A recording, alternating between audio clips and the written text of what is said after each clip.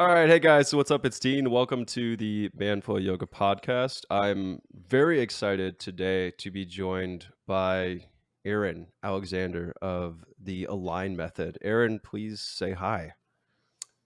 Hello. Perfect. Thank you so much for being here.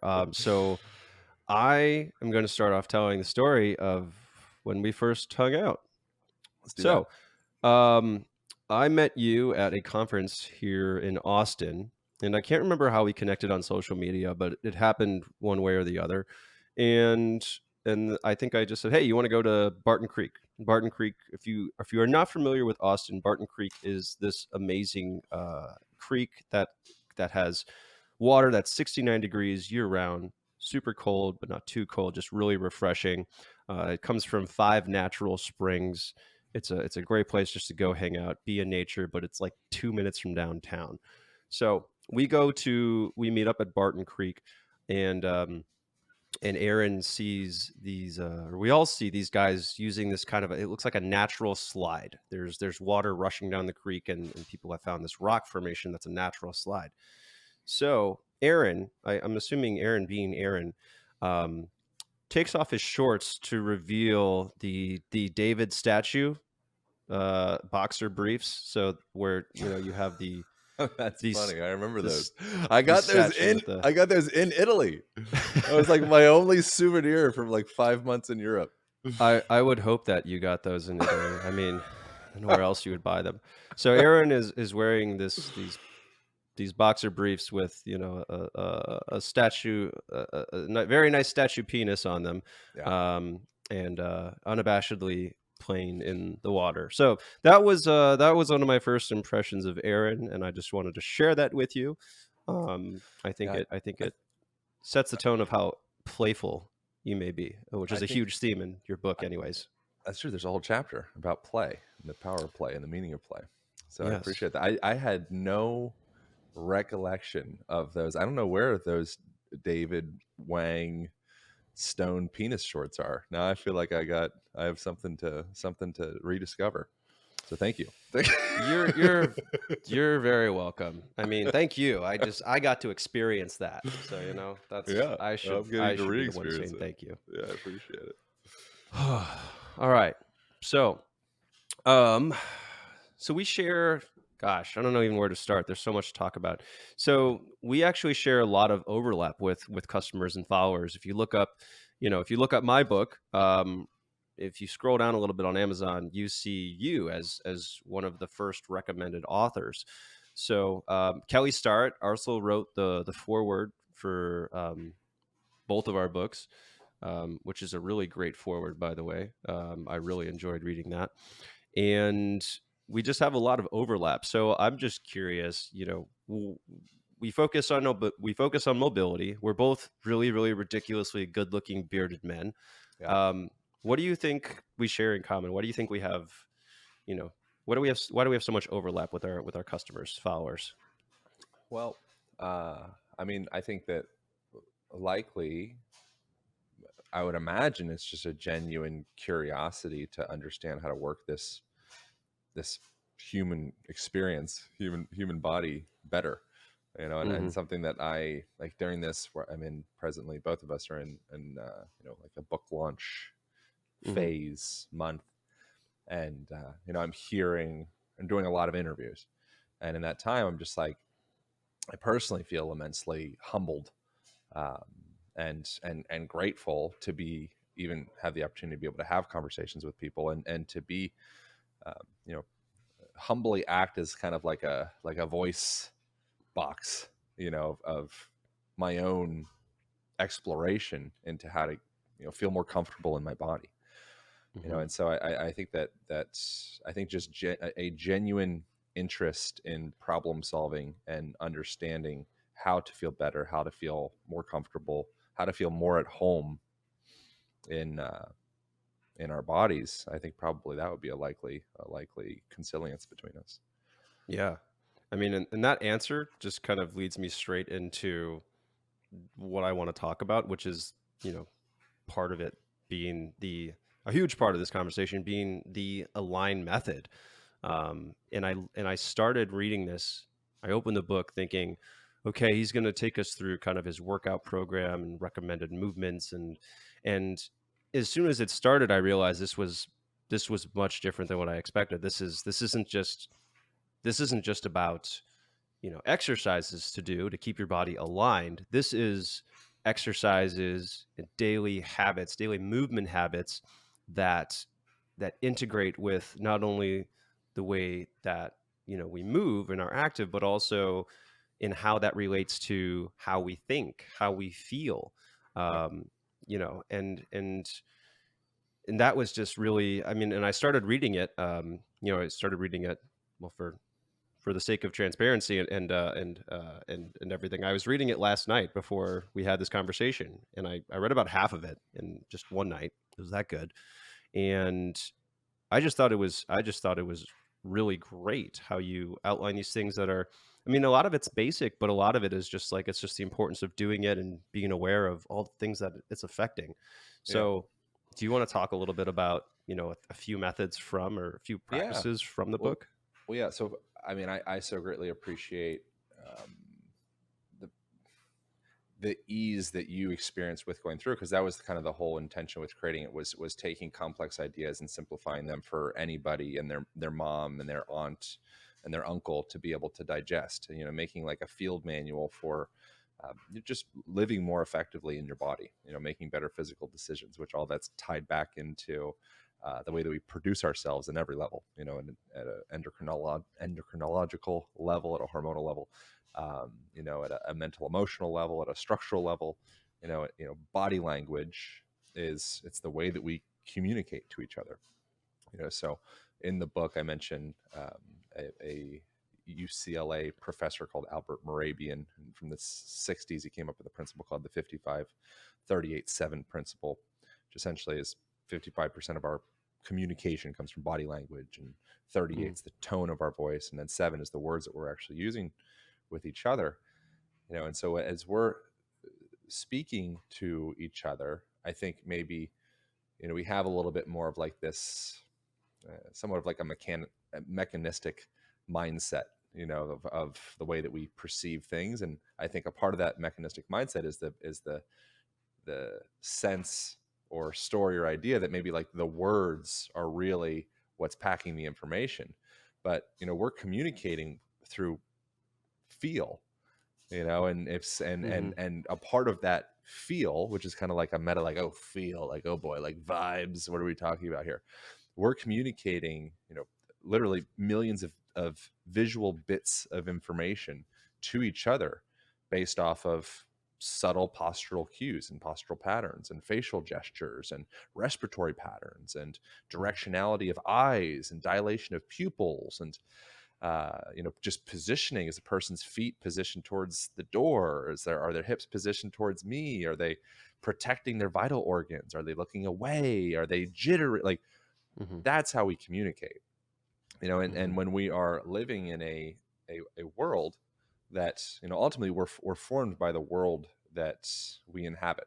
So the modern world that we exist in large part, that structural mold that's imprinting us, whether we like it or not, realize it or not. Um, for the most part, if we just allow ourselves to be like dust in the wind with modernity, and just mhm, allow ourselves to be formed into the modern technological mold, then what that physical structural positioning will typically look like is going to be kind of forward head posture, hyperkyphotic spine, kind of hunched over, maybe your knees collapsing in, tension in the hips, tension in the knees, restriction in the ankles, and a generally overall collapsed chair sitting, screen staring position. mhm, So, what that would look like if you didn't have the story that that's normal, if you were to see maybe a small child that was stuck in that position that hasn't kind of been adopted into those cultural patterns, or maybe if you saw like a primate in that mm, position, or you just took a silhouette of the person that's inhabiting those physical structural postural patterns, you are uh, the what you would perceive, the information from you that you would get from that visual picture of that person would be, oh, that person is sad. Maybe the person's sick. Maybe the person's feeling defensive for some reason. They feel like deflated, collapsed. Mm. And then, I know this is probably going well beyond any potential question that you had in there. No, it's I'm just great. kind of talking, but so then when you overlay that with statistically, what's happening in Western culture, we live in, but you and I live in the United States, and we have access culturally to the greatest health technology and innovation, and health food and organic this and Right. spirulina flakes and dehydrated kale chips and bio mats and infrared lights and cold plunges.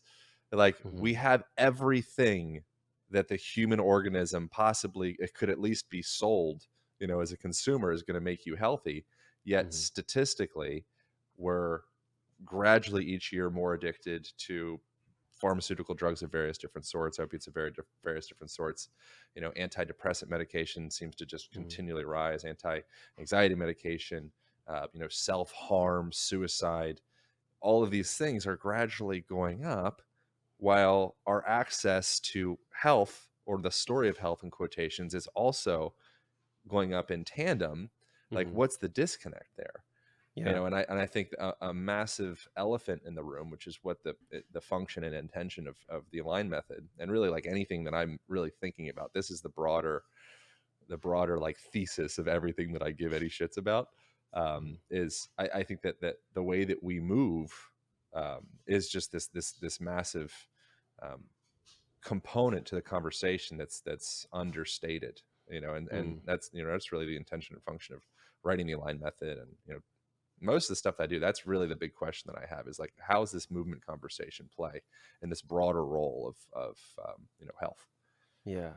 So when you were saying that, I this brought up a question for me, but I'm assuming that the cues that we give off, or the nonverbal cues that we give off, that if we didn't live in the world that we live in, the modern world that we would live in, that we do live in, then subconsciously we would just give off what the appropriate nonverbal cue, or we wouldn't think about it, we would just do it.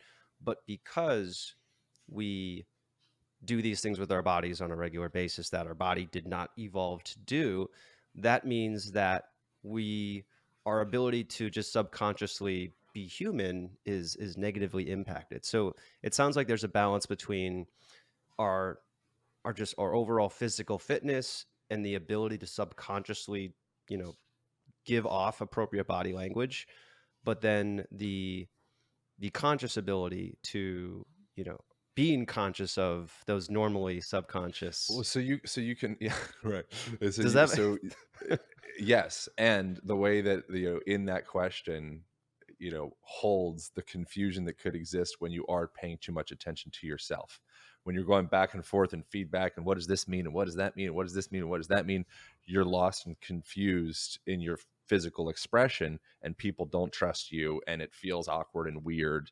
And it's like we are self-organizing systems. Mhm. Our autonomic nervous system is so darn intelligent. So your body's more like an orchestra, or a complex system in systems theory, compared to like a complicated system. Complicated system is like a car or an engine. Everything's the same, everything's repetitive. If anything goes funky, is different, it's like, oh my god, that's bad news. Mhm. The human body and the human mind, we thrive on adaptation and variability, and it's the synchronization of the whole that really is like, that's the expression of beauty and power and flexibility and grace. And this thing's just like, wow. Like, when someone walks in a room, or maybe you pay to see a dancer or an actor, like a Robin Williams or someone, Mhm. it's like wow. It's like all of the component parts integrating into this effortless expression, because that individual is organizing around some peripheral point, some external point. They're not thinking about, okay, how am I breathing right now? Where are my eyes? Where are my hips? Where are my feet? Mhm. What's the contraction of my biceps or my pecs? When you get too wrapped up in what's happening in your own physical experience, it can be really confusing. And so there's research from a woman called Dr. Gabrielle Wolf that she gets into in athletics, the relation of either having and being extrinsically focused or intrinsically focused. And Mhm. what she slash researchers around this topic have found is that having an extrinsic focus. So if you want to hit a golf ball, you're focusing just on the getting that ball from point A to point B, or if you're maybe throwing a punch, it's like, okay, the cue might be to find contact at a specific point, and then your body can organize around that point, as opposed to saying, okay, feel the weight into your feet, and then I want you to contract turn your leg in, and then I want you to contract your pelvic floor muscles, and I want you to like go through this whole systems approach of throwing a Mhm. punch. It becomes very confusing. Yeah. And so, uh, in order to get back to a point where your body self organizes correctly, I think sometimes, certain therapies and specific, like maybe yoga practices or rehab practices or breath practices or things of the sort could be really helpful. And then eventually, um, the goal would be to let go of all of those practices Mm. and be able to actually like finally be in the moment. And Yeah. so uh, sometimes if a person is so disorganized as a product of like just their joints not functioning properly, or having some type of like impingement, you just don't have the range of motion, say in an ankle joint, for example, or Mhm. maybe a hip or something of the sort. And you say, okay, cool, just do this thing, let the body self organize. It's like, no, I have a block in this joint that needs to be addressed. So it's having the awareness and the education and the know-how to go through and have a systems joint by joint approach to get the body available to access those full ranges of motions, and then forget about all of that and be able Okay. to perform. Yeah. I And mean, that was exactly what I was feeling you were leading to. So, we at one point we may have been in alignment. Modern yeah, world has thrown us completely out of alignment. Ideally, we have no systems and we move completely in alignment. But in order to get back to alignment, we have to use systems right. to get there. We And so have to we use so some sort of methodology. correct. Yeah. So we always systems always exist. The system might be, say, in like more an ancestral lifestyle or hunter gatherer situation, or just someone that's more tapped into nature.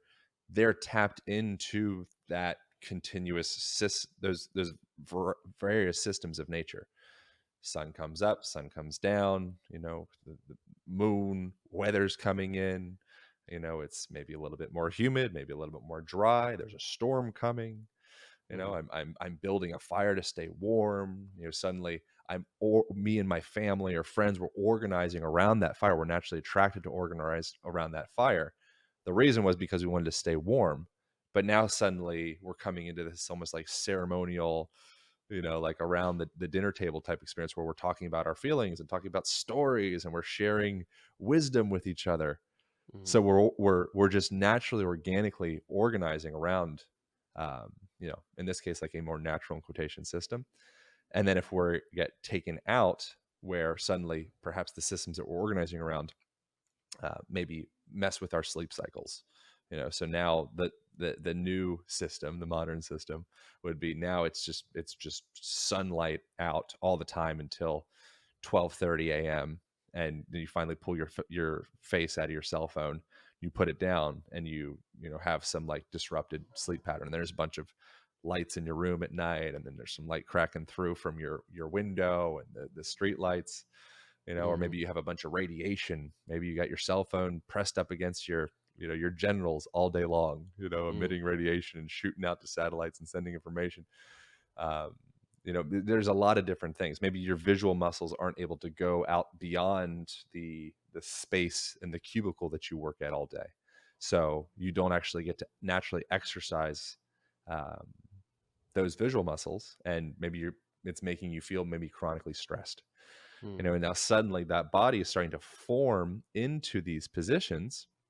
Maybe you're sitting, in a chair all day long, hunched over, all these patterns that people listening to this would already be familiar with. And now suddenly my body's starting to kind of form into that Mhm. position. It's almost like the body becomes like a prison in a way. Mhm. I feel like trapped in my body, Yeah, you you know. call this you refer to Davis's law in your book on this, right? Yeah, yeah, that's correct. Yeah, exactly. Yeah, Okay. so by having any type of pressures on our bones in relation to Davis's law, then those bones will rebuild based upon those environmental pressures and conditions. So Yeah. right So now, as as you're we're literally getting strong at sitting because that's what you do. yeah, so right now as we're doing this, it looks like you might be standing. I'm Um, standing, but I'm standing with my feet straddled slightly because I can't get my camera to where I want it to be. That's great. Yeah. So your body's adapting to that position right now as we're talking. I'm actually sitting. I was making fun of biomats. I'm sitting on an infrared mat, and I'm cross-legged right now. I'll probably go through a couple other positions as we're doing this, and I don't think that that's like I almost feel embarrassed saying that out loud because I don't mean to say it in any like wow, like this is so innovative or I'm special. Like I think this is so normal. Like Mhm. this is so ridiculously normal for you to be in a active resting position, you could call it. And if Yeah. you look at once again going back into like more ancestral existences, and it's not about being if it's not if you need to be a hunter gatherer or like a Hadza tribesman to be healthy. It's not romanticizing any of that. It's taking what are the fundamental consistent principles that we can derive or pull from those cultures and our history, and how can we congruently overlay that into my modern life. Like Mhm. that's the conversation. It's not saying modernity's bad or chairs are bad or computers are bad or anything. It's saying there's certain positions that act as natural self-tuning mechanisms. One of those positions, well, a variety of those positions would be just doing really anything on the ground as Mhm. you are. And then when you're on the ground, make sure your hips are up above the height of your knees. It helps stabilize the lower Yeah, I back and the like that sacrum. tip. That was They're so that was easy. helpful. Yeah, it's so Yeah. simple. And so as you are ideally, in the book I recommend like at least 30 minutes a day, but like ideally it's more than that, because Mhm. maybe you check your emails from, you have a floor cushion and a comfy rug, and maybe you lay on your belly for a little bit, maybe you lay on your side a little bit, Mhm. maybe you do a straddle position, cross-legged position, 90 Yeah. 90 position. Like a kid in It's kindergarten it's class. You're so just laying simple. in different positions. Yeah, and it's not childish. It's incredibly intelligent. Mhm. And Yeah. that's I think the thing is when you see somebody doing if you are living in a culture that statistically speaking as a whole is veering towards sickness. It's not vilifying Western cultures. I would just like if you just look at statistics objectively, culturally, the ship is going towards greater amounts of sickness. It'd be hard to argue that. There's Mhm. lots of beautiful things, lots of intelligence, lots of sweetness, lots of love, lots of, all the things. But from that lens, it's like, oh, interesting. We're going in a funny direction. Um, Mhm. and you live in that culture. For you to do something, live in a way that is inherently consistently health inducing will look funny, and that's Mhm. the thing is like being Right. okay with being at a bus stop and doing what any person in Thailand would do. They'd pop a Yeah. squat. Yeah. Or any person in any culture that doesn't suffer from, you know, losing billions of dollars each year to surgeries in relation to osteoarthritis, Mhm. and medications, and it's like orthopedic surgery is such a massive industry in the United States, and it's preventable. Mhm. You just Right. need to look a little different, and what that's going to look like is doing, essentially what people might deem to be like, oh, it looks kind of like you're doing yoga. And it's like, Yeah. no, no, no, it's not yoga. I'm doing human. This is human. I'm doing human. That's Yeah. what I'm gonna tell people when I'm out in public. Marissa has gotten used to this. My wife has gotten used to this entirely. But when we go out in public, I will just do random stretches. I'm like, my back's feeling a little stiff. I'm just going to hold a lunge for a while. Or Yeah, if it's I'm in great. line at the grocery store, I'm like, I'm going to work on my balance, or I'm going to do some, I'm going to do some side bends. Yeah. So people would see that as weird. I see that as like, well, um, logically, I have nothing else to do in this moment, so I might as well do something to make my body feel better, you Yeah, know? that the movement that you naturally would engage with in order to gather food or water or create some shelter or build a fire or any of that stuff, take care of your kids, as opposed to having someone else take care of your kids, and you make lots of money on your computer while you sit in that same position and you specialize as a sitter. I'm a specialized computer sitter, very important, very What if fancy what if that's car. what job descriptions were written like? What I if mean, instead if of you were to like write job descriptions from a mechanical perspective, for the most part, it would be prestigious sitter. yeah, Like I that's sit more that's a new prestigiously than perspective. Yeah. like objectively, again, like get out of the stories and narratives of I'm better than you or worse than you or higher up in the socioeconomic. It's like, what do you actually do? Mm, If you're honest, for the most part, it's like I'm a professional stander in place, sitter in place, repeat. yeah. I mean, this conversation alone and me reading the book, this just reveals to me just how much you think about movement. Like, I think about what I'm doing when I'm sitting and when I'm sitting and looking at the computer. I don't think about the position that I'm in, but you're looking at this from the main way you're looking at this, at least in this conversation, is what are you doing with your body? Not what are you doing with your fingers and your eyes, but like what's your body doing? That's Yeah, I mean, it's all it's just connected. it's an interesting perspective. I mean, Yeah, it's all it's. connected. Yeah. So I'm really glad you brought up the sitting practices because I know that when I'm sitting more, I feel better. Um, my hips feel a lot better. My back feels better. I like working on the floor. So to but the struggle here is I also live with other people. I have a couch. My wife's not going to want to get rid of the couch I have a couch because too. it's. Oh, you do? Awesome. My knees touching the edge of the couch right now as I'm sitting on the biomat on a floor That's cushion. what a couch is for. Your knee is supposed to rest on the edge of the couch, and you sit on the No, floor. I lay on the couch. The couch is right in front of a TV. I've got surround sound. I've got, it's a Perfect. normal house. We watch Oh, good. Netflix. I watch stupid, whatever Awesome. comedies and stuff like that. It's very. You would not walk into my place and be like, "Oh my god, this is a crazy person." It's like I thought you had it's monkey normal. bars for sure. I thought I you have would a have monkey bars pull and up bar in the doorway to my bathroom. yeah. See, I got one. Yeah, yeah, super simple. Yeah. Yeah, So my question here is how would you recommend to start a floor practice? just make it And comfortable. make it comfortable. Yeah, make it comfortable. Don't make it weird. I'm Hmm. so when like sometimes something that I'll notice people that are I don't know maybe like emulating some of the stuff that has maybe come from like these ideas, or maybe they specifically got it from Align Method stuff, or maybe they didn't, or whatever. But oftentimes, what I see is it's like it looks so goofy sometimes, Mm, and I'm like, it doesn't need to be goofy. Like it can be total like you can have the house be totally feng shuied out and have like nice things and have anybody come in and just be like, man, this place feels so great. It feels comfortable. hmm And I think that if you go to a lot of different cultures, and a lot of like really interior design and architecture that I prefer and I enjoy, is does have some of that kind of like bohemian kind of vibe, or like, if you go to hmm like Morocco, or maybe you go to Japan, or maybe go to I mean, those would be good examples to start from. Um, like it feels comfortable.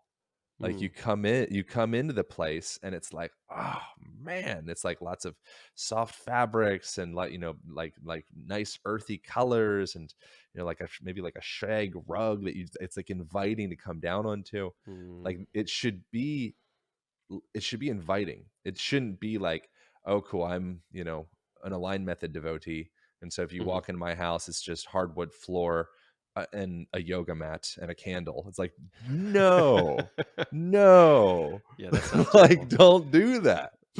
Yeah.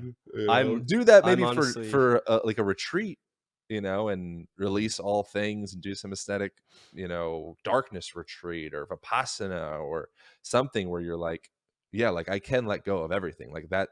We have that gear as well. And, if you want a girlfriend, you probably make your place comfortable. Yeah. I'm still getting over the shock that you have a TV and a couch in your living space. So, Yeah, I like thanks for giving me some things. time to process that. I have a car. I have a electric bike, so it's like pedal assisted electric bike. Do you still have the So car that's way too small for you? no, I got a SUV. Okay, This because is coming out here. you had a did you have a Prius? Yeah, Was it a In LA, I sport a okay. Prius. Yeah, Yeah, yeah. because you're just for reference, you're 6'4", 6 Just under how six tall are you? five. Just under Okay, six so five. you're super tall. Yeah, Um, he big just girl. and just in general, Aaron takes up a lot of space, with his Same. aura and I'm also with his obnoxious. body. I'm obnoxious. Obnoxiously lovable, I appreciate. Very kind. I'll say.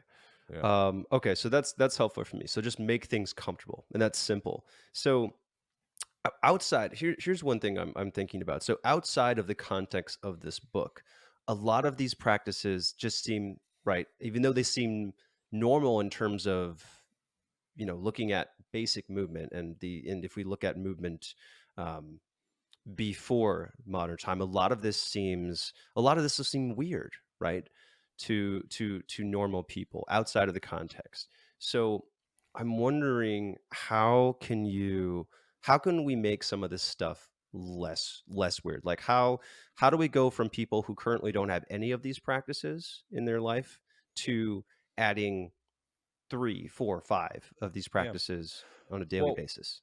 I think the only uh, potential like reach at all is the suggestion to spend more time on the ground. Which again, if you really break it down logically, it's not really much of an ask or a reach at all. If you Hmm. do ever do any yoga class or martial arts class or maybe dance class or anything where you're doing kind of like meaningful things with your body, you'll already just organically be getting a lot of that floor time in those positions. So I'm just saying, hey, why not just integrate that into your home life? Mm. It's not a big deal.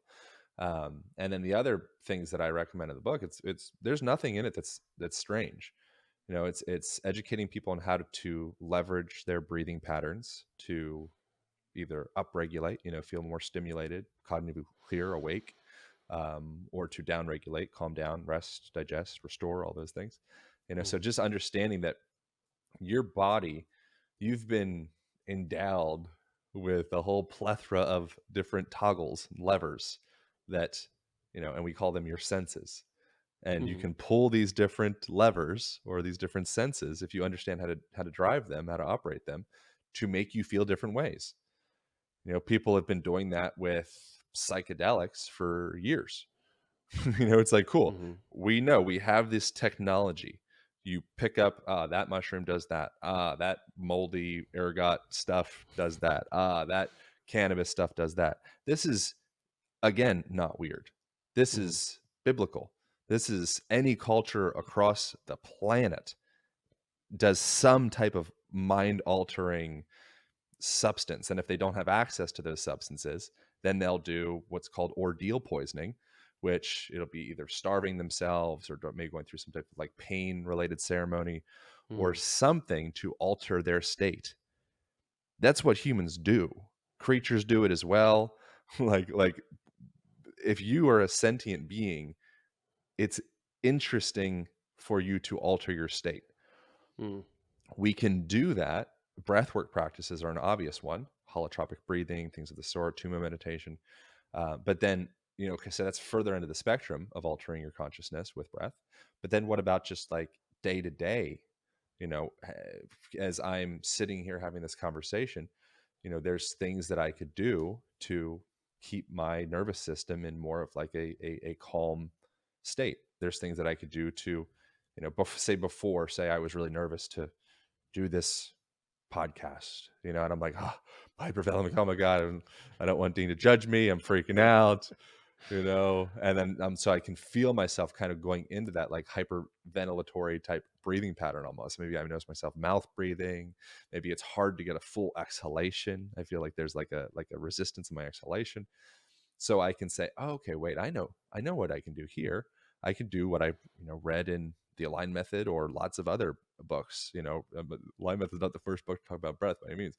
Uh, and I can emphasize a long exhalation. I'm going to bring my breath back into my nose, and I'm going to slow that breath down, create 3 times more resistance through breathing through my nose than through my mouth. I start to activate those diaphragmatic muscles. I'm going to send the indication to my autonomic nervous system that I feel Mhm. calm. So you can mechanically move your body to feel a certain way. Other Yeah, stuff I'm in recommending your is book, you read about 4-4-6-4. That's the cadence you use. yeah, so So like box breathing, like a spin off of mhm. box breathing with an emphasis on the exhalation if you want to calm down. Yeah. So when you're that's yoga stuff again, man. Like, what is oh? It's a long ass exhalation, an audible exhalation. Very And true. so it's like, and then how do you feel it? Oh my God, I feel so like spiritual, like samadhi, bro. It's like, dude, this is physiology. So Yeah. whatever overlay you want to put on it, you can put it Mhm. Western anatomical kind of scientific speak. You can put spiritual. It doesn't matter. There's consistent truths in every medium or every kind of language of Mhm. physicality. Yeah. That kind of brings up the question of how people experience spirituality, because it always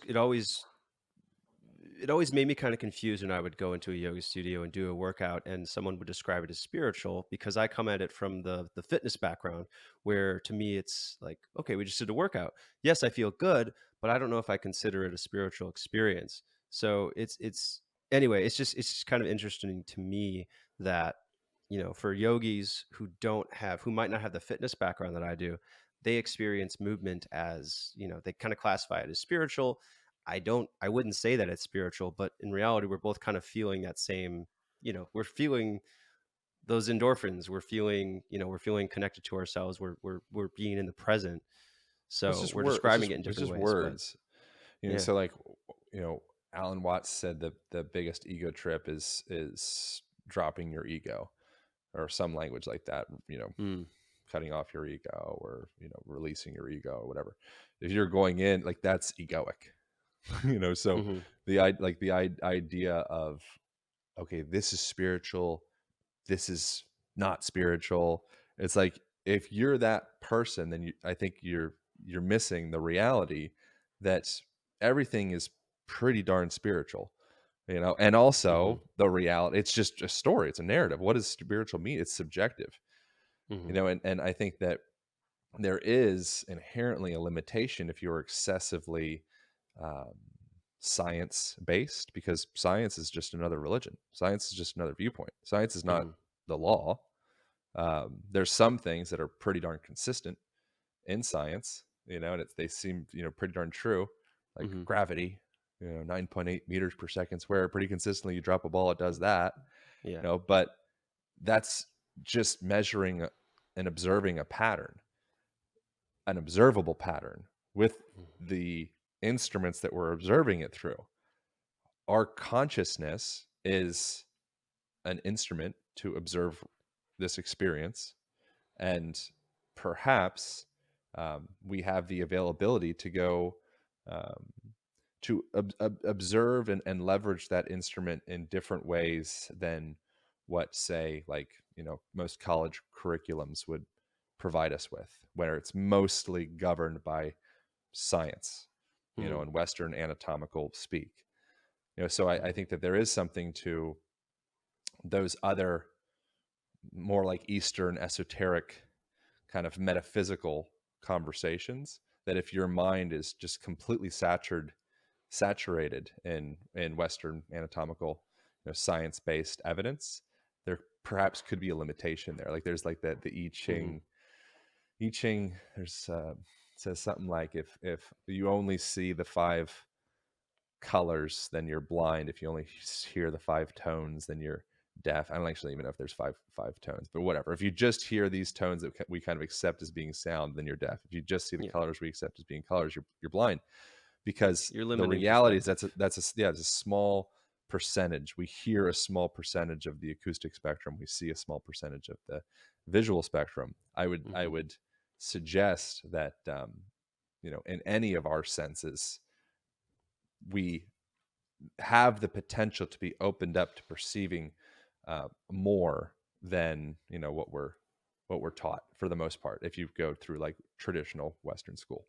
Mhm. Yeah. I mean, that makes sense to me. Um, so I want to change gears a little bit. I want to ask you a little bit more stuff about you personally.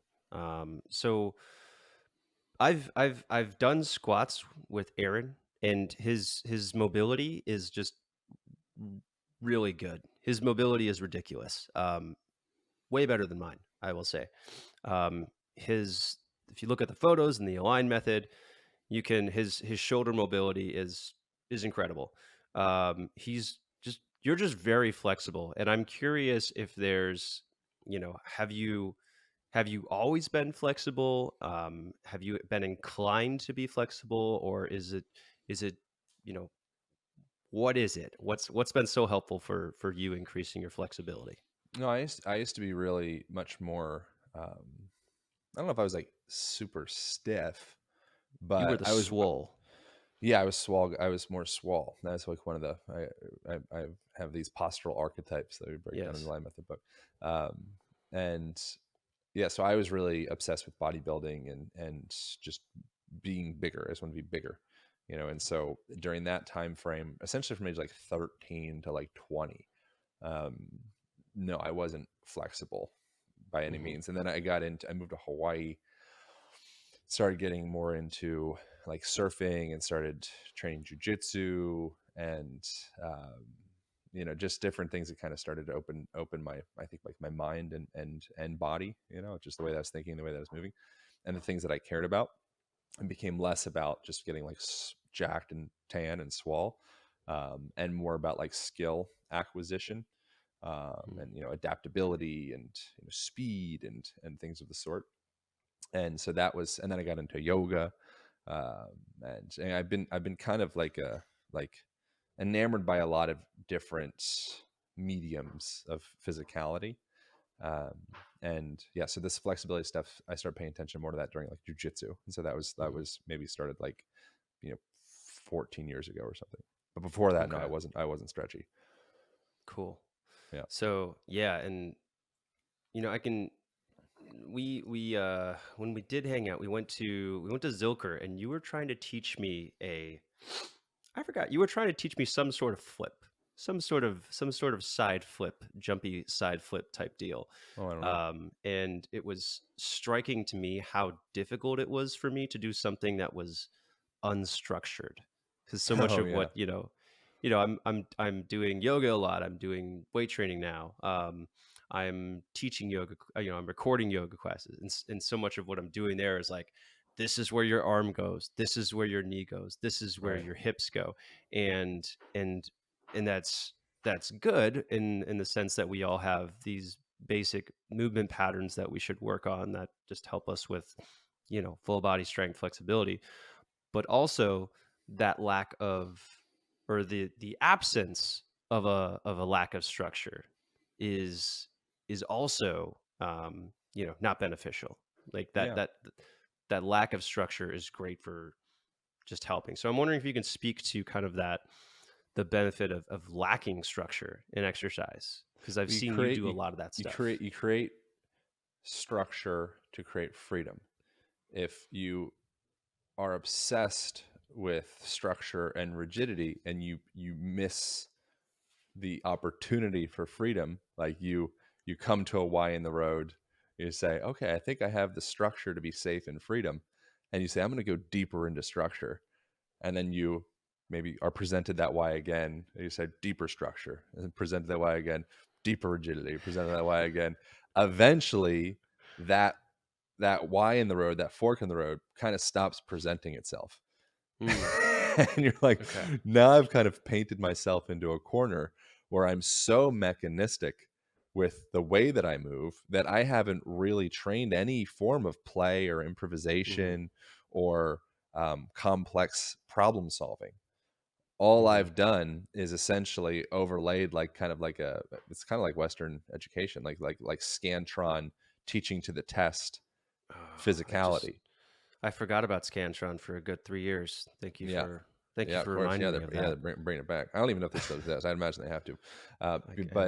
But and that's the thing is if you educate a person to be a Scantron test taker, teach the test, and they may present as though they are incredibly intelligent, but they probably will never have much in the way of meaningful innovation Hmm.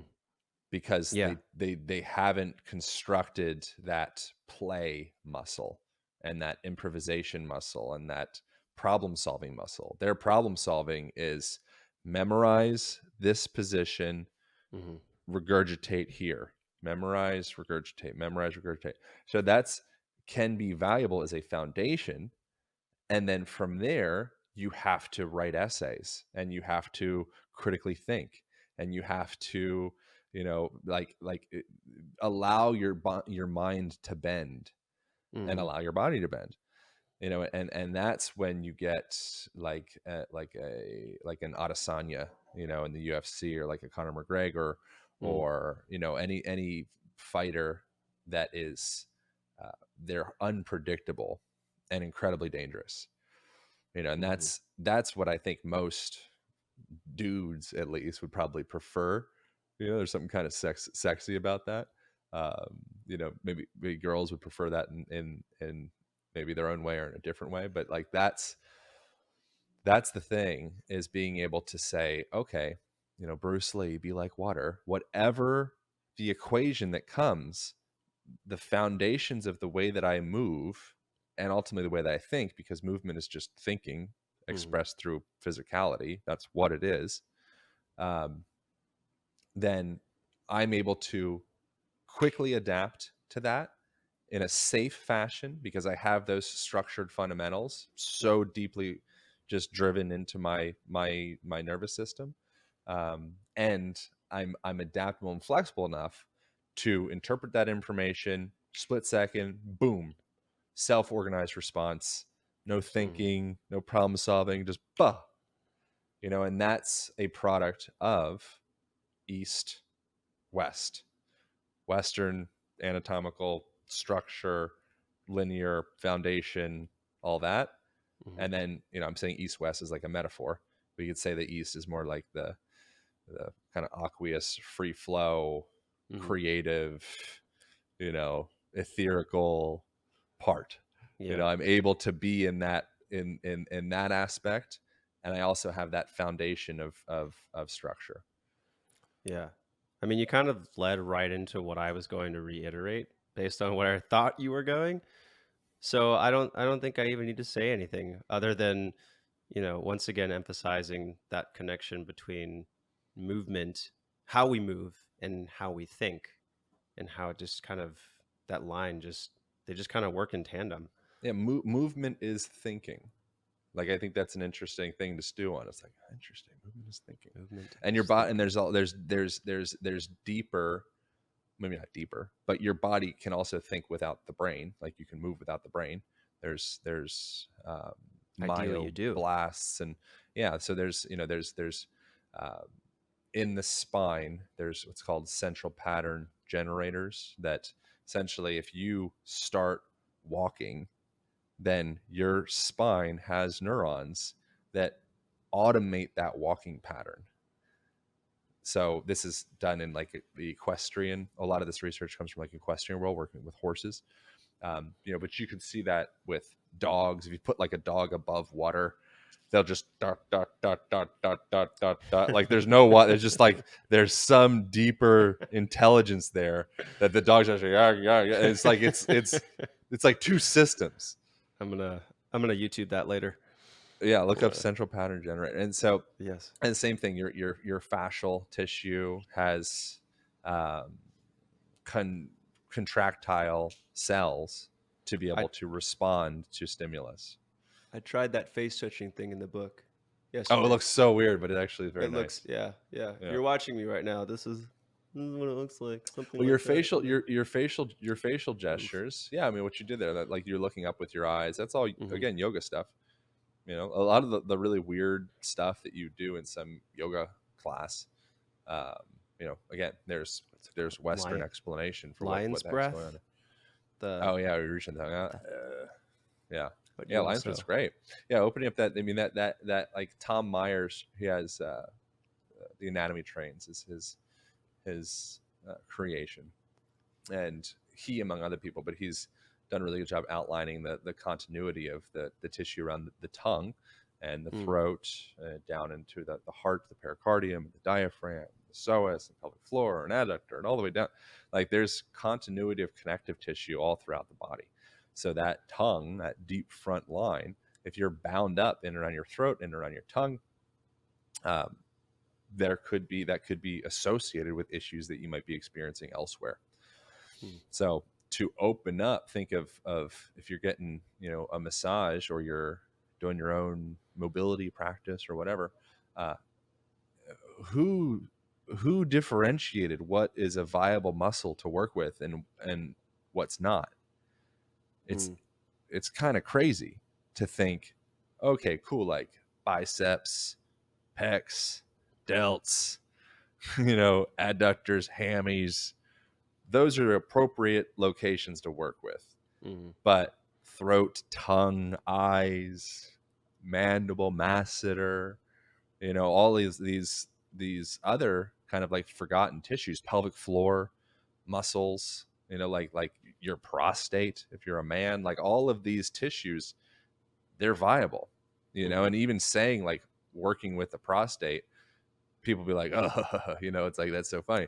It's like prostate cancer is not that funny, right? You know, Yeah. and so starting to open up a conversation around, could there be a manual conversation, like a movement conversation around getting old, dysfunctional, you know, backed up fluids and tissues, not necessarily dysfunctional fluids, but old fluids, circulate that old stuff out to bring to replenish with the new. Is there a movement conversation in that in any and every tissue in your body? The answer is absolutely yes. Yeah. Yeah. Well, we would have to face the obvious reality that fitness is so we look good on the outside, and not so much not as much, at least by most people, a well, practice well for looking internal good, well-being. yeah, looking good is a byproduct of internal well-being. You can Hmm. put lipstick on a pig, you know, but there's something special about someone that, you know, Charles Bukowski calls it a free soul. You know, it's like you, there's like they make you feel a way when you're around them. You can't really explain exactly what it is, but when you're around a free soul, it's like it makes you feel good, you Mm. know. And that person that has that, again, this is getting like yoga talk, like sensation of like liberation, you know, is what a lot of people are seeking, perhaps. If Mm. they're in like a yoga kind of spiritual type space, which if you're seeking liberation, you're already creating a separation between you and it. So the carrot will just keep on being pushed forward. Um, you know, but that's, yeah, it's important. Cool. So, play. Talked about the importance of play, talked about the importance of sitting. How can people start?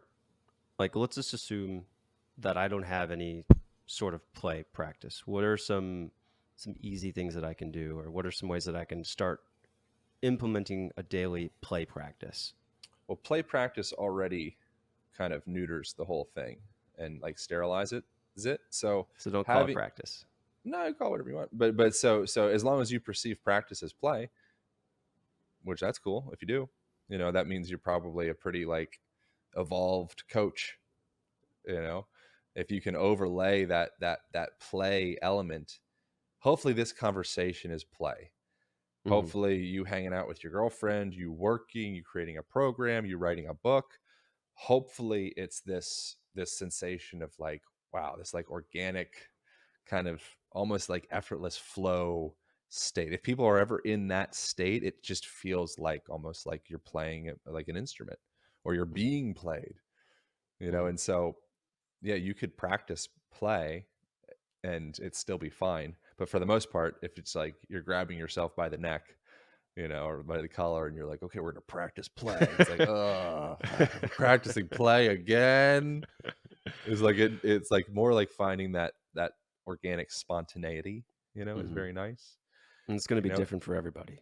yeah, and sometimes you might need to practice play in order to get lost in play, and that's Mhm. kind of the thing of like that structure. Sometimes you gotta kind of push the rock up the hill in order to get to the point where it can kind of gain momentum and roll down the other side. Mhm. So with that, it's like, yeah, sure, practice play, but ideally it's get lost in the experience, Mhm. and acknowledge and recognize that potentially could be for the most part, like the entirety of a person's life if they're like really doing the life thing. I don't know, Mhm.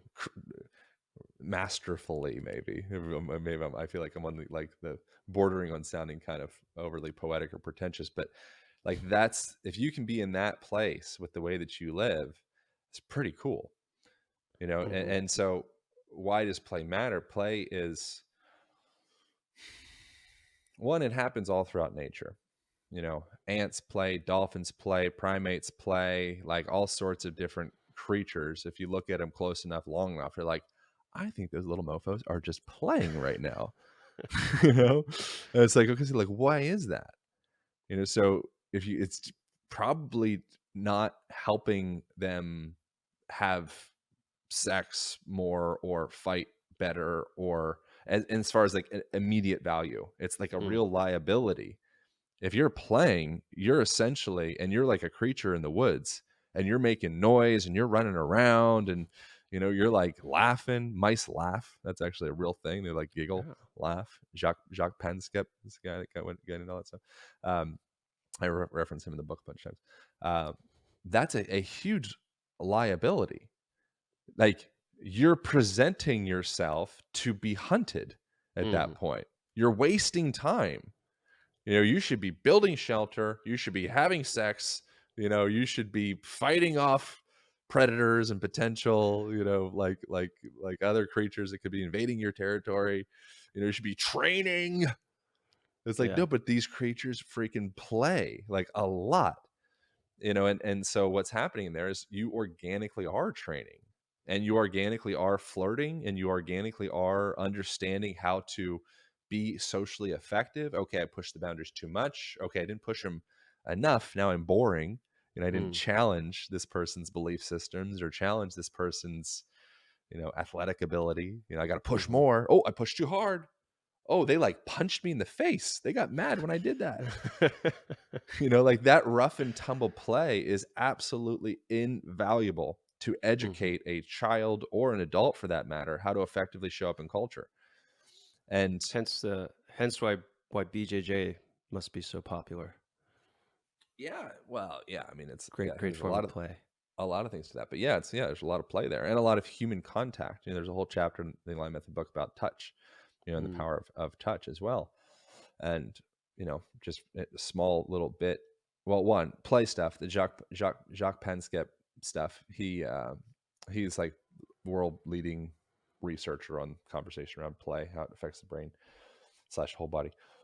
And some of the research that I reference to him in the book is they specifically were observing 1,200 different types of genes and found that just 30 minutes of movement based play each day affected the expression of over a third of those genes. Hmm. So as you are in positive direction, like it's like, oh, like cool, that's good. Um, and so that practice of playing, it's not just something that it does innately make you better at pretty much everything. Mhm. It does help with creative problem solving. And it also literally changes you at a genetic level, and so it's like if there was a some type of like superfood supplement or something Mhm. to take you out of maybe say more of like a isolated, depressed type state, like a disassociated, disconnected type state, or to, just make you feel less anxious, make Mhm. you be a better problem solver, make you more creative, make you feel like there's a freaking purpose to being here. Mhm. Play would be it. There's Yeah. nothing that trumps that, so I think it's again kind of like the way to describe in the book, a lot of these movement patterns that I recommend that are inherent to humanity since forever. Um, they act as tuning mechanisms for the mind and body. Play is one of those. Mm. Uh, Yeah. So for me, that brings up a struggle that I have with a lot of these things um, that are, let's just say they're good for you. Let's just sum it up as like these things that are good for you, yeah, but only if you immerse yourself in the activity for its intrinsic benefits, not so much as like you're, I've got to play again. I got to do it because I know it's good for me. yeah, So my struggle is, okay, like I need to live in the present. So I'm going to live in the present. Okay, I'm living in the right, present. This is good for me. Yay. But I'm not living in the present because I'm looking at it as like it's a productive activity that's going to help me be more productive. right. So, so you You know, gotta you gotta change the. I mean, there's a few different angles. Um, One, the big thing is listening to your body. So your body has an abundance of information that it's continually feeding to you throughout the day. Like your vagus nerve, 70% of the nerve pathways are afferent, meaning they're going feeding information from your viscera, from your organs in your body up into your brain. There's 30% that are efferent, sending information down. A large percentage of the information going from your heart, or similar concept with information going heart to the brain. Like your body is sending a lot of information up to what we think to be like the dean of all of the things, being your brain. hmm um, and so when you're in a scenario, maybe you're at a job that makes you feel away, to check in when I walk into the office or whatever, like how does my body feel? How does my stomach feel? How do my shoulders feel? How does my jaw feel? Like have a moment and say, like, how does my body feel right now when I'm here? When you're with a certain type of person, when you're, with your friends or with your girlfriend or with your boyfriend, when you're in certain environments, I bet there are some environmental conditions, maybe in like nature, like an easy example, because nature's really emotive, for humans. So how do you feel when you're around mountains? How do you feel around when you're around ocean? How do you feel when you're around rivers? How do you feel when you're in a city? How do you feel when you're in a subway? And just start to listen to say, like, what is my body telling me? hmm And say, okay, cool, like message received. I'm not going to keep putting you every time I'm around that person or that job or whatever. I feel this like dark, collapsed, kind of just like icky way. I feel like yeah. I'm like trapped inside of my body when I'm around that. Could be an indication that they are a healthy trigger of sorts for you to observe and look at and say, what is it about this person? What can I learn more about this? How can I go deeper into this and gather the information on the other end? Could also be an indication that, cool, learned the lesson from this. The lesson is I don't need to be around this. hmm Change it. And then from there, ideally throughout your day, you walk into your home and maybe you hired an interior designer, you found a intelligent, like, I don't know, I think girls and gay guys are usually really good with designing things typically. For me, like I always have a girl that's historically, if I ever have anything that like looks nice, it's because there's been an influence from a girl. There's like this Mm. feminine touch of like, oh wow, like it feels soft, and it feels colorful and it feels balanced. Like wow, like that makes me feel a way when I come into that space. Mm. How does your car make you feel? How does, like, just starting to pay attention to that, and then start to reorient things based off of the way that your body feels. And Mhm. what you'll find if you do that and you start concentrating more, a higher percentage of your day with those places, persons, things, conditions that make your Mhm. body feel open, make your body feel creative, make your body feel expansive, make your body feel any of that stuff, your life will improve. Mhm. So, so the last what you've been talking about for the last few minutes, it brings up one of the things I wanted to ask you about is a post, Instagram post from November 1st, 2020. Hmm. Quote, I've been in large part a closed off robot for the last decade or so when it comes to any level emotional intimacy involving my own heart. Hmm. And that really resonated with me because I had to unlearn a lot of kind of the emotional walls that I put up for myself as a child. Um, Not that I went through anything, you know, terrible or any sort of trauma, any sort of significant trauma compared to what a lot of people go through, but just things that made it so that I was more closed off. And so, as someone who also is, has gone through what it sounds like you're kind of, you've gone through. I'm just curious if you want to speak at all to, you know, the the changes that you at least recognizing the kind of the barriers that you had for yourself, and maybe some things that how you've gone about addressing that, or some things that you've realized that just kind of fit in with what we've been talking about. Yeah. Well, the first interesting thing that I like hear in that is the idea of like, I haven't gone through this or that, or, like comparing someone's trauma or, all of that Hmm. stuff to somebody else's, or, like one, like asking the question, if you don't think that you have gone through anything that might, augment your capacity to feel safe with like love, for example, Hmm. or, some of those things that make especially like men feel a little like, oh, like this is getting a little scary. Hmm. Well, men and women, but men might have a little bit of a tendency of like running away. Actually, that's kind of both ways.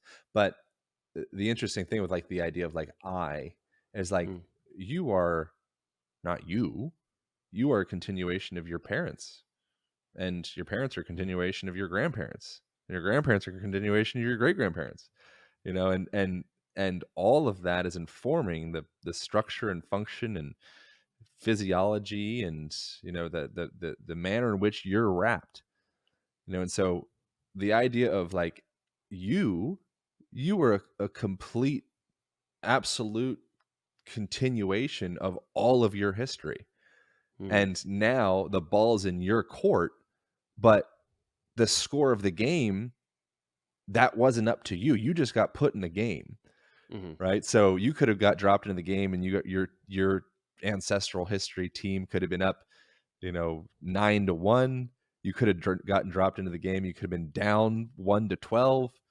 And it's like, well, in this time, my time on the field, I haven't. It's like, there's no you, like Hmm. you are a continuation of the past, and you have the potential in this present moment to, I don't know, make it maybe like a more spacious, easy, comfortable go for, your future kids.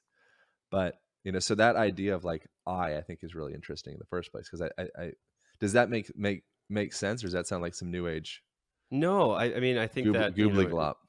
And I no, know I didn't answer the question, but that's just an interesting thing of the idea of I. yeah, no, I think that we use the term I, or we use the term you when we're speaking about a general situation, and I think subconsciously we might use one or the other.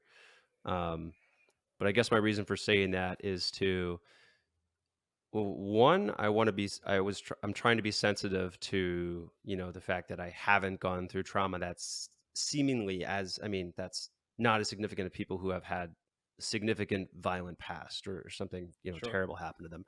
Um, in another way, it's also downplaying the legitimacy of the things that I've gone through as a way of devaluing, the necessity of dealing with some of that trauma, I Yeah. think. Oh yeah, man. Yeah, I mean, typically, like me working with, um, so I have a background of working with clients doing rolfing and various different forms of manual therapy, structural integration being like one of the primary ones, but just working with people's bodies via training and hands-on therapy. And what I've found to be pretty darn consistent is the people that think that they have the least to work on oftentimes have the most to work on. Mhm. You know, and I'm Yeah, the not people who projecting that don't on need you. therapy need it the most. Yeah, I'm not projecting that on you, but just as a general consistent pattern that I've gathered from people where they kind of come in and, their wife like demanded that they come in to see me or something like that. I'm like, "Hey, Bob, like what's going on?" It's like, "Oh, I'm pretty fine. I think things are pretty good. Wife told me you got to come in. You're pretty good." And I'm like, "Oh, okay." And it's like, okay, there's like a laundry list that Mhm, Bob's just not doesn't hasn't had the resources or tools or interest to really start to unpack. He doesn't need to unpack it. It's whatever. It doesn't, you've lots and depending upon your belief system, like lots and lots of lifetimes maybe, mhm, or whatever. Who cares? It doesn't matter. Like whatever happens is perfect, I think. That you don't mhm, need to do anything, but there's, you know, the opportunity to do, whatever you have access to. But that person that feels like they don't have a lot going on there, oftentimes it's just yeah, they just haven't had the tools endowed mhm, to them or haven't stumbled into the tools to be able to start to kind of like purge some of those resistances or maybe fears or shames mhm, or like deeply held contractions or inhibitions. And there was never like they just never had they got the tools in order to kind of like allow that stuff to get out. So mhm, they've kind of built around this sturdy, kind of like hard container. I know that I'm mhm, I'm speaking very kind of like esoterically right now. Um, but I mean, that's something that I've consistently seen with a lot of people. A lot of people that come in with like a laundry list of like all of the specific things, and I've got this knee thing and this hip thing and shoulder thing, and I can't get my internal rotations like 42 degrees. I'd really like to get it to 45. That person's like, dude, your body is just you are killing the game. You're just paying. You might be paying too much attention and creating issues out of nothing. mhm, So there's a balance of feeling like almost like numb in our bodies, and the kind of a sensation of like, I think it's fine, and then there's the other side of the balance of I feel too much and I'm mhm. creating issues out of something like I am actually responsible. I'm like the progenitor of the issue. Like the way that I operate is I am always seeking issues. Mhm. Um, I don't think So I what's don't think I responded appropriately to no, but answering what was, anything to that, but I'll ask you again. But what was striking in the response was you so fluidly transitioned from talking about emotional trauma to physical, and there wasn't even a transition. It was just this is one and the same, and mm, that's that. And that was yeah. interesting to me, just to for you to be that is so present in your mind. That's just the way that you think so much that there wasn't even like an explanation to the transition. You just immediately went body, also emotion, like Yeah. Well, your book, flawlessly. your body's like a chapter book. Yeah. Yeah. So if anytime, like an example would be, say you rolled your ankle, or if you roll your ankle, we can see you rolled your ankle. Like you didn't roll your ankle and then suddenly like that's gone. It's like we can't. It's like no, you're limping. You're limping for some reason. Hmm.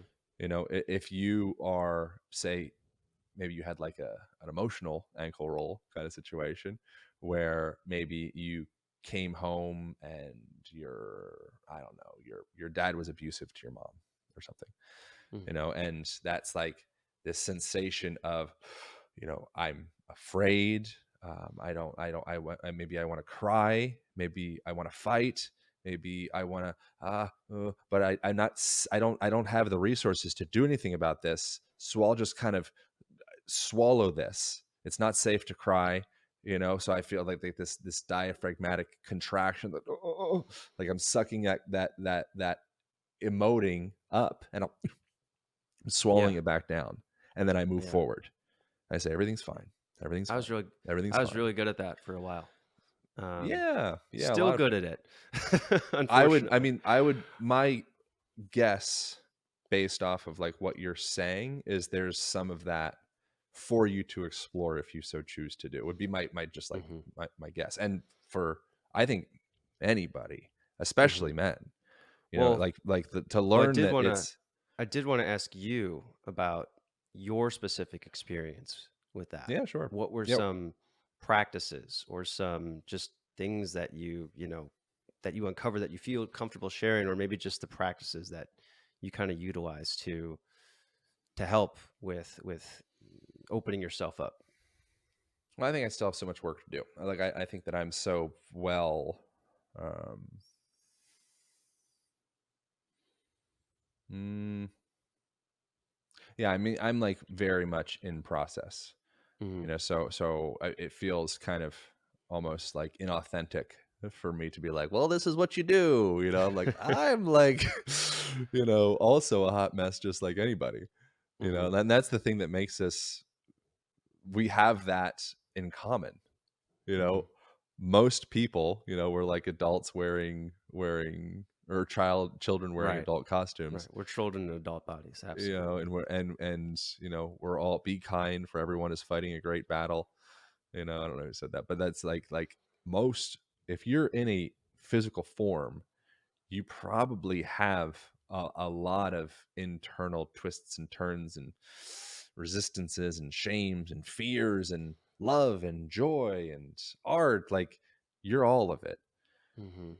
and so some of the stuff that has been helpful for me to kind of start to maybe like disarm would be, um, placing myself into situations that are incredibly safe to be incredibly vulnerable, Mm. and placing myself around people that exhibit that and model that, and aren't just a bunch of like weak, kind of like, unstable type people, but it's like, oh no, like you're strong, and you're Mhm. strong through your vulnerability, like that to me, I think, and especially for men in general, like being able to find that, like I'm happy to, grateful to say that I have several friends that stand out like that, that it's like, you could, if there was ever any type of physical confrontation, you literally would, um, win the confrontation with 99.99% of humans on the planet, and you're incredibly tapped into your emotions and vulnerability, and you will cry and like hug and love and you know express when you're afraid, and that's, it's like, wow. Mm. So having exposure to that, I think, is really invaluable. Do you um, feel drawn to those types of people? yeah, oh, for sure. Yeah, when people are just stuck up and being like a dude bro, it's fine. I mean, that sometimes dude bros are like really funny, or it can be like helpful in certain things, or like I can appreciate that part of them. But as far as like people that tend to be like the people that are like the, I don't know, like the inner cabinet kind of people, it's like, oh, like you're like Mm. my brother, or sister or whatever. Yeah, not Typically so it's that person. yeah, like, not so much like you're choosing, like, to hang out with one guy or to hang out with this other guy, but you just feel like a pull, you Oh, for just feel sure. like a natural inclination to spend more time, kind of like you were discussing earlier. If you're with a certain person or you're in a certain situation where it just feels like darkness and is enclosing you versus, Yeah. you're with other And people and that could be you. Like, that's the important thing, is if you run away from every time that you have an internal anxiety or internal contraction or resistance, or any of those sensations, your heart rate starts to go up, "Oh," like, okay, run away. You mm, could just be reperpetuating the same pattern of being a whatever victim, or running away, or mm, whatever the thing is. It's like, there is also the potential that you could sort of change the script up and say, oh, those are the things I actually, Mhm. from a sovereign, empowered way, I seek those out. So those situations that you're feeling uncomfortable in, those are the ones that you you feel uncomfortable, but another part of you feels this is what I need to explore. This is Yeah. what I need to kind of draw myself into because it's making me feel it's that sense of discomfort that says this is scary, this is new, but I also feel drawn toward it because I know I'm going to feel better if I can do it. Yeah. Yeah, exactly. For the most part, if you live a life where you just like feel good in quotations all the time, it's probably a pretty boring life. Mm, The stuff that for the most part, the cave you fear to enter holds the treasure you seek, is a Joseph Campbell quote. mm, So and it might be wise, if you're going to enter caves that you fear, it may also be wise to have a good resource group mhm, and bring a flashlight and yeah, have tell somebody on another line, say, hey, close friend, whatever, like at 3 o'clock p.m. Tuesday the 12th, I went into this cave. If I don't come out, please, send help. mm, mm, yeah. Well, I think your answer of finding strong friends, finding situations where you can be emotionally vulnerable. I think that was really um I love that because it's like it's like a practical, it's like I can okay, I know what to look for. So that's really cool. So thank you. Yeah, no, of Um course. Last big question I want to ask you. Yeah, sure. What do you think is the biggest challenge facing men and their well-being in today's world? Hmm. Men. I know, men in I think probably particular. all the stuff we talked about. Probably like the idea. I think both men and women have a. There's been a cultural push. I just did a podcast that went out last like a handful of days ago. Mhm, Um, it was with my friend Chris Williamson, and he in the conversation we were talking about. He was talking about largely, but how uh, men and women have been influenced to express like what culturally would be accepted as like masculine mhm. tendencies. So be strong, conquer, be organized, Don't be like vulnerable. build the empire. He's English. He said, "Boss, boss, boss, bitches clapping back." Like girls are like, "Got to be a boss, babe." You got to like be able to like get in the boardroom. Handle your shit. There's lots of other fish in the sea, like dumper. Like get on hinge, and it's just like run through, like keep going, knock walls down. I think that story for men and women is, if that's your story and you don't also have access to, as a whether you have a penis or a vagina, or whatever you got, having equal access to also being a good listener, having like being supportive, being soft, being like restorative, like self-care, take a bubble bath, talk about your feelings. Like you need to be both if you Mhm, want to be whole. So I would say man or woman, I think having an excess in any one direction, you could be so feminine that maybe you could use a little bit more solidity, and a little bit more containment and a little bit more support. um, so I think really just man or woman, it's having a balance. And mhm, if you've learned that it's not okay to be, you know have emotions, or be afraid, or feel ashamed, or feel uncomfortable, like that's all like weakness, and you just keep packing that down and moving forward. um, Sometimes there's a role in that. Like sometimes you might be a Navy SEAL, and like you're about to do some mission, and it's like, okay, your feelings in this 42-minute period, I don't really need your feelings right now. We have a task. Yeah. Your feelings might get us all killed. Mhm. I need you to do the objective. We need to get this done. And then from there saying, okay, now we need to rest and digest and restore and be Mhm. open and be able to purge and say, oh my God, during that 42-minute period, I was terrified, and Mhm. I thought I was going to die, and I thought you were Mhm. going to die, and I wanted to cry, Yeah. and being able to have a place to be able to actually, fill up, purge, Mm. masculine, feminine, like both of those are invaluable. Yeah. I like that idea of I like to fill up purge. That's a good way of describing it. But Yeah. yeah, recognizing that there's a time and place for both of those. But I think we get into the habit of, if we never are vulnerable, we never are, then it gets hard to practice them even in the situations that are appropriate. Or we don't learn when those situations are appropriate.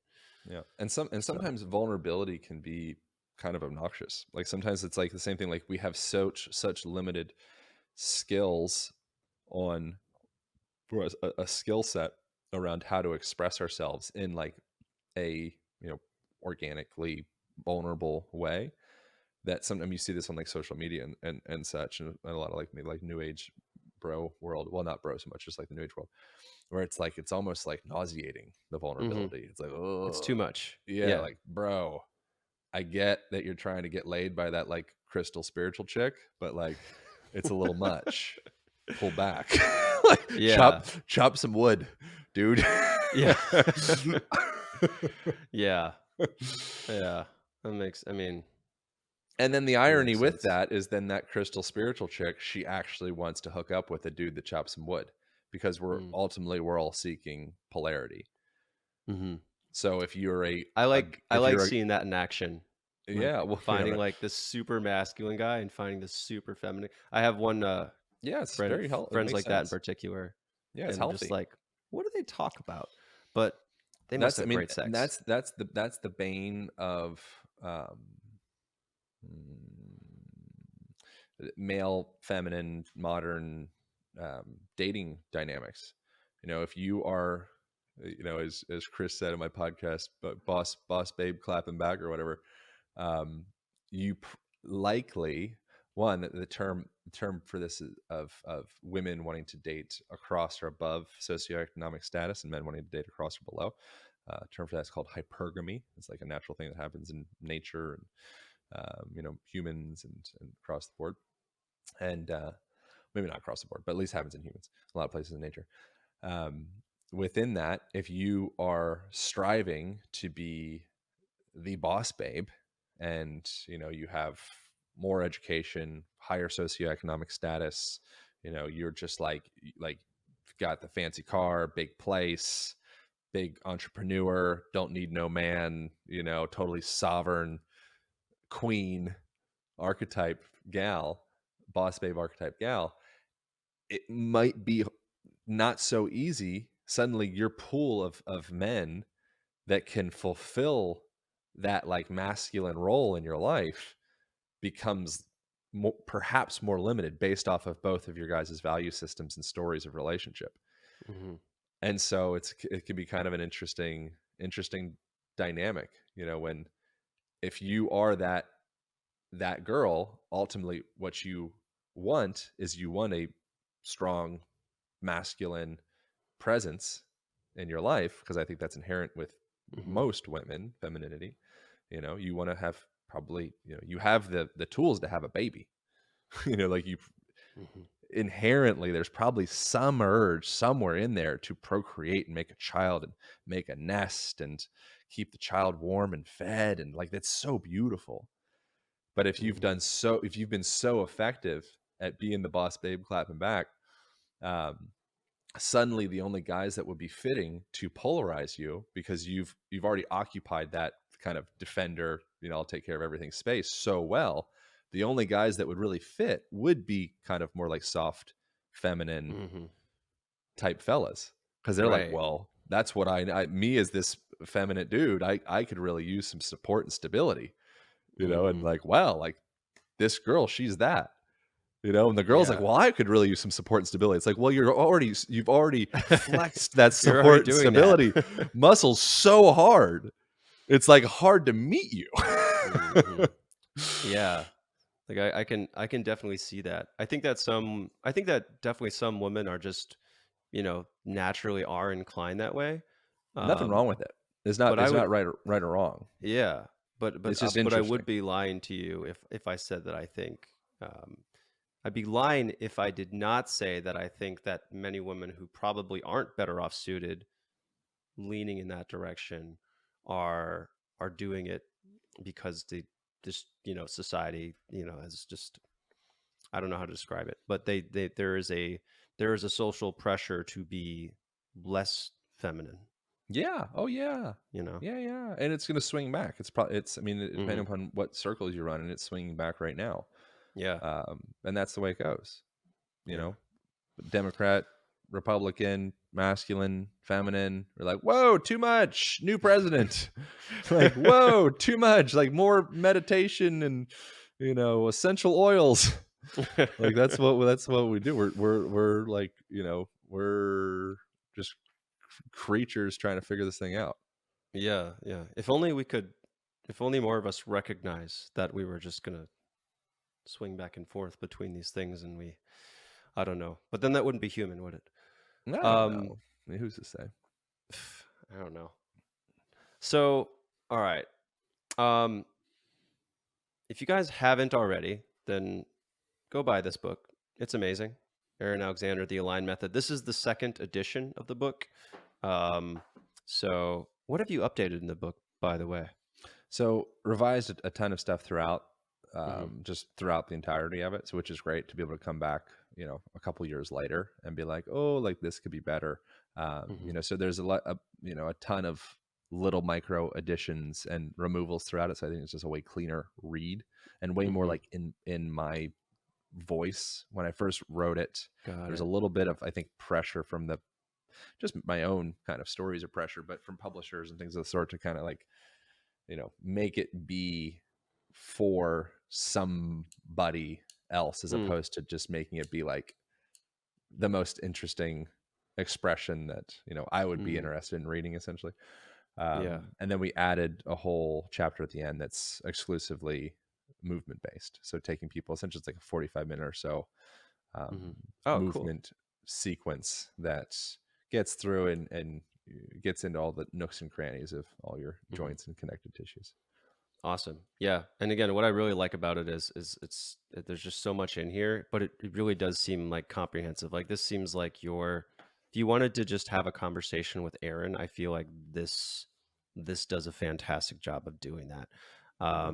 Make sure you review it too. Those reviews are helpful. Thanks. Um, Yeah, it's true. so how can people get more of you? What's the best way to keep up with you, learn more about you, do some of your Um, courses? so we have if people want to go through so the book to find the book you just go to thealignbook.com and that'll take you to the page for it. It's obviously on Amazon, all that stuff. So the new version is the paperback version. That's the revised expanded one. And then most people probably just go to social media. So Instagram is Align Podcast, host a podcast called the Align Podcast. Um, and as far as programs, you can find all that stuff through social media and the website and all that. But we do, if people are interested in going deeper into actually having like video instructionals, and kind of like a curriculum, you can also find all that stuff at alignpodcast.com. Perfect. Awesome. Yep. All right. I think that's it. Anything else you want to say? No, no, it's really fun. Thanks for doing this, man. I appreciate getting to make this happen. I love that we're recording remotely, even though we're like 10 minutes from each other. I know, It's right? actually it's Yeah. actually it's actually oddly worked out oddly well. It's like Yeah, I know. I need to get that the in-person thing there's set up. something about proximity. It's kind of interesting. I think just knowing that you're like 10 Right. minutes down the street, it's like it kind of almost feels like we're in person. Yeah. So that's If kind of we cool. needed to, we could very quickly be in person. So, Yeah. Yeah. um, yeah, and thank you for being one of my first guests. So, I Yeah, no worries. really appreciate having you on here. Yeah, man. Good times. Um, guys, again, Aaron Alexander, The Align Method, second edition is out. Thank you so much for joining me on the Manful Yoga podcast. and have a great day. See you on the next piece of content I'm on. If you like that episode, check out this other one right here. I think you're really going to enjoy it. If you haven't subscribed, click this subscribe button over here, and you can listen to the full episodes on any major podcasting platform. Full details below in the description.